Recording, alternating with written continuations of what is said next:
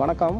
சென்னை கிண்டி அரசு மருத்துவமனையில் அரசு மருத்துவர் பாலாஜி என்பவரை தனிநபர் ஒருவர் கத்தியால் தாக்கியதில் படுகாயம் அடைந்ததை அடுத்து தமிழகம் முழுவதும் உள்ள அரசு மருத்துவமனைகளில் மருத்துவர்கள் ஒரு நாள் அடையாள வேலை நிறுத்தமாக நேற்று மாலை 6 மணி முதல் இன்று மாலை 6 மணி வரை வேலை நிறுத்த போராட்டத்தில் ஈடுபட்டு வருகின்றனர்.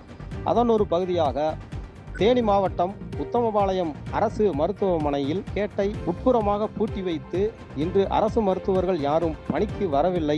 மேலும் செவிலியர்களை கொண்டு வெளிப்புற நோயாளிகளுக்கும் உட்புற நோயாளிகளுக்கும் மருத்துவம் பார்த்து வருகின்றனர். தேனி மாவட்டத்தில் உத்தமபாளையம் தாலுகா தலைமை மருத்துவமனையாக செயல்படுவது காட்சி கர்த்தராவுத்தர் கவுதியா மருத்துவமனையாகும். இது உத்தமபாளையம் சுற்றியுள்ள தேவாரம், மல்லிங்காபுரம், பண்ணைப்புறம், கோம்பை, அம்பாசமுத்திரம், அம்மாபட்டி, கோகிலாபுரம், ஆனைமலையான்பட்டி, ராயப்பன்பட்டி, அனுமந்தன்பட்டி, கோவிந்தன்பட்டி, புதுப்பட்டி ஆகிய ஊர்களிலிருந்து சிகிச்சைக்காக நாள்தோறும் 1000க்கும் மேற்பட்டோர் வந்து செல்வது வழக்கமாக உள்ளது. இது ஒரு முக்கிய குறிப்பிடத்தக்க மருத்துவமனையாக செயல்பட்டு வருகிறது.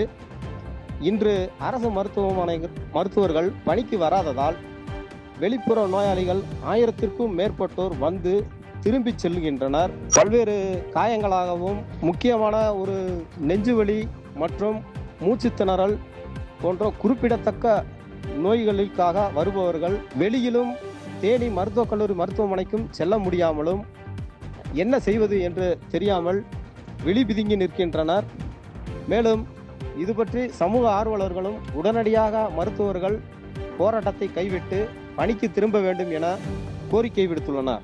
எம்நாடு செய்திகளுக்காக உத்தமபாளையத்திலிருந்து ராஜா. பாதகம் செய்பவரை கண்டால் நாம் பயங்கொள்ளலாகாது பாப்பா. மோதி மிதித்து விடு பாப்பா, அவர் முகத்தில் உமிழ்ந்து விடு பாப்பா. அண்மை செய்திகளை உடனுக்குடன் தெரிந்து கொள்ள இணைந்திருங்கள் எம்நாடு தொலைக்காட்சியுடன்.